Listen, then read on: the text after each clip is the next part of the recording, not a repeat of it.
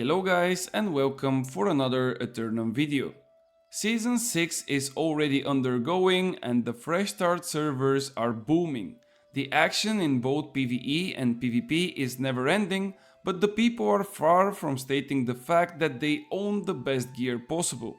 One reason for that could be the lack of endgame resources, but the other one could be that some people are still uncertain what build they should use. As you know that I love the fire staff, I decided to give you an update for one of my older builds, which will have an insane impact when it comes to mass PvP. Will that be an OPR match, open world or a war, is you who decides that. This will be the second fire staff and ice gauntlet build which I'm posting for season 6, but the difference from the previous one, which is called the pylon build, is that this time we are focusing more over the group and the mass fights instead of the solo play. If you still want to check my pylon build, which is one of my favorites ones as well, when it comes to 1vx, feel free to check it out. So without further ado, let's dive in and see what changes are coming for the mage in season 6. As always, I like to start with the armor pieces, and the first piece is always the artifact. In this combination we'll be using the featherweight so we can gain the maximum amount of sustain while we are keeping high damage output for our team. Another reason for going with this choice of artifact is the melee meta, which would still be a thing in the new season as well. The amount of pressure from medium and heavy melee opponents will remain, and therefore it's quite necessary to have better defense. For last perk on the chest we will go for thrust or slash conditioning, or you can even go with shirking heals if you decide to invest into Ankh. For this combination, however, I will explain a little bit later when we get to the jewelries. Since we have featherweight as an artifact, this means that we can slot up to 2 heavy pieces on our head, hands and legs. Unfortunately, all named drops from the past cannot be upgraded to 725. This means that we cannot utilize the illegal frigid down pieces anymore when we talk about maxed out gear. But worry not, as I have the solution for you. Crafted gear at 725 can be obtained via the new PvE raid, so eventually you can still craft your perfect gear. The perks which you should aim for are of course Enchanted Ward, as this will remain the best performing perk when it comes to defense. For secondary, you want to take the necessary weapon perks, which for this build are Empowered Meteor Shower, Entomb, Unending Toe and the joker for the season, Wind Chill. I personally prefer to have the Wind Chill on my Ice Gauntlet, but if you slot it on your gear, it would work as well. For the last third perk on your armor pieces, you have to decide if you will go the path of the Ankh or the path of conditionings. If you choose to play with Ankh, your choice automatically becomes shirking heals, but if you choose to play without it, your choice should be between trust and slash conditioning. And since I've mentioned the Ankh, let's take a quick look on the jewelries and see what should be the most optimal thing for this build to work. Starting from the middle of it, I'm gonna mention the ring. Even though the new ring elemental band is quite good, you can avoid it completely by simply using a regular one with hearty, ice damage and refreshing. This doesn't mean that one of the two is better, but the regular one will have 7.8% empower to all ice damage types, while the positive side from the elemental band will be that empowers will come on waves with a duration, but it will affect both of your fire and ice damages. For earring, I think that the best perks would be Refreshing Toast and Refreshing, and for a third one you have to choose again between Nimble or Healthy Toast, and guess what? It's again including the Ankh. But why the Ankh? Well, let's take finally look at the amulets to see the reason why. If we decide to go with the artifact Ankh, we will have an increased incoming healing effects, which means that shirking heals on the armor, the Entomb perk for our Ice Gauntlet, and eventually the Healthy Toast, which will not only provide us with mana but also with HP, will give us a 25% more healing while we are holding the artifact. This of course is something that we should not easily ignore and we should have it in mind. However, if you are still missing this artifact or you don't want to steal the heals from your melee teammates, you can still go with a regular amulet as before. Since stamina recovery got nerfed, I'm not sure if you should prioritize it as before, but I think that two other perks are a must-have if you're gonna go the path of a regular amulet. Those, of course, are refreshing and the type of protection, which can be thrust or slash.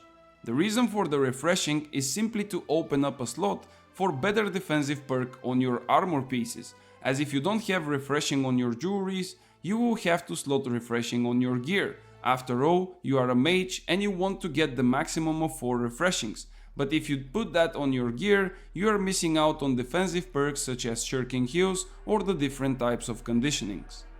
For the last third perk on our amulet, there are a few different options and they are all dependent on different scenarios, so I will just give them to you and you can choose for yourself. The first one is still to go with the stamina recovery and to utilize the bonus even after the nerf. The second one is to go with shirking in power, which I personally love, but it's quite underrated perk. The last but not least, you can go with refreshing recovery, which will give you the chance to use double entomb in case of need, as it will refresh all your cooldowns when you drop under 50% HP. To conclude once and for all about the armors and the jewelry pieces, your aim is to get enchanted ward as priority on all the pieces with the exception of the featherweight, to get all the weapon perks and to decide which path you would like to take, the path of the shirking heals and the Ankh, or the other one, conditioning, nimble or regular amulet. The choice is yours. And with that out of the way, let's check what are the weapons for this build and what is the combination that we're gonna use. This time I will start with the Ice Gauntlet, as it is quite simple and also might surprise some of you. We are going with a regular Ice Gauntlet and not the Deep Freeze artifact. The main reason for that is the recent change to Inferno, which now provides 15% damage to targets up to 15 meters, and this effect is applied to both of your weapons. Simply comparing it to the Deep Freeze effect, we can see that it's better to have that bonus of 15% all the time, instead of waiting a target to be chilled by ice in order to boost our damage. My personal choice of Ice Gauntlet for this build would be one with Wind Chill and Alacritus Punishment, and for the third perk it would not matter at all what you will slot. All other remaining perks will not trigger with the Wind Chill or the Ice Storm effects, so it doesn't really matter what you're gonna use as a third perk. To clarify it even better, Wind Chill and Ice Storm abilities cannot proc the following perks: Enchanted, Vicious, Keenly Empowered, Keenly Jagged, Plague Crits, Attunement, Shirking Element, Keen, and literally everything else that is left on the line. This is why even with 2 perks on your Ice Gauntlet, you are pretty much good to go. Also, the gem slot is going to be a normal Malachite, as the Rune Glass effect is also not applied by those 2 mentioned abilities. For the Fire Staff, as mentioned, we are going with Inferno artifact, and this will be an amazing choice for good damage bursts.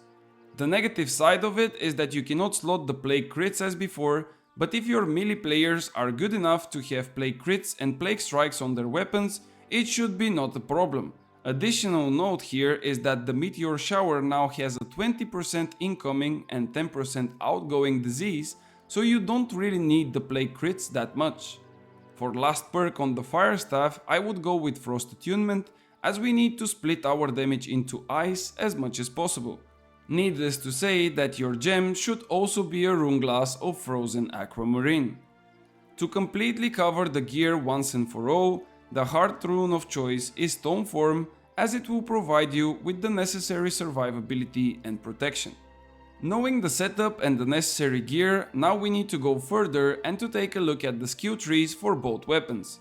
Starting again with the offhand of the Ice Gauntlet, it is not a surprise to see that we are going with 11 points on the left side, so we can unlock the Ultimate Chill passive. This will be extremely useful for us, as it will proc a 25% ice damage whenever a target is standing in our storm. In combination with the Wind Chill, the damage output can surprise quite a lot of enemies, so make sure to not miss on that chance. Of course, the right side remains the classical one, with the Entomb with few other amazing passives for cooldown reduction, fortify, some extra movement speed and of course the blocking. For the fire staff we also have a classic variation of the skills and passives. We go with Fireball, Meteor Shower and Pillar of Fire and their respective upgrades. On the right side, some of the passives such as Pyromania, Let It Burn and Watch It Burn are extremely important, so don't miss out on them. A small change can be done if you want to replace the spell focus from the left side with the third extension of the Pillar of Fire, but I will leave that on you to decide if it's better or not. There is not much to be said about the skills on the two weapons, but if you have any doubts or questions, make sure to ask me in the comments below.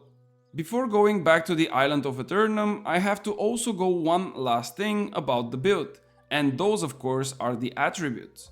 I personally like to go for 25 dexterity, 200 constitution and the rest goes into intelligence. I believe that this is the best distribution of points when it comes to good damage output and high survivability. However, with the bonus attributes gained when you reach 725 gear score, it might be a decent choice to go with 25 focus for extra cooldown and even 50 focus if you play with that Ankh we talked about earlier. You remember it, right? So that's it guys, I hope that I've covered everything and that the explanation was clear enough about the featherweight ice build for Season 6. If you have any questions or suggestions, please let me know in the comments below so we can discuss them. Another way to discuss the builds and the game in general is my Discord community server, for which you can find the link in the description below. There you can also find different links for the live stream where you can catch me live. As always guys, thank you so much for watching and I will see you on the next one.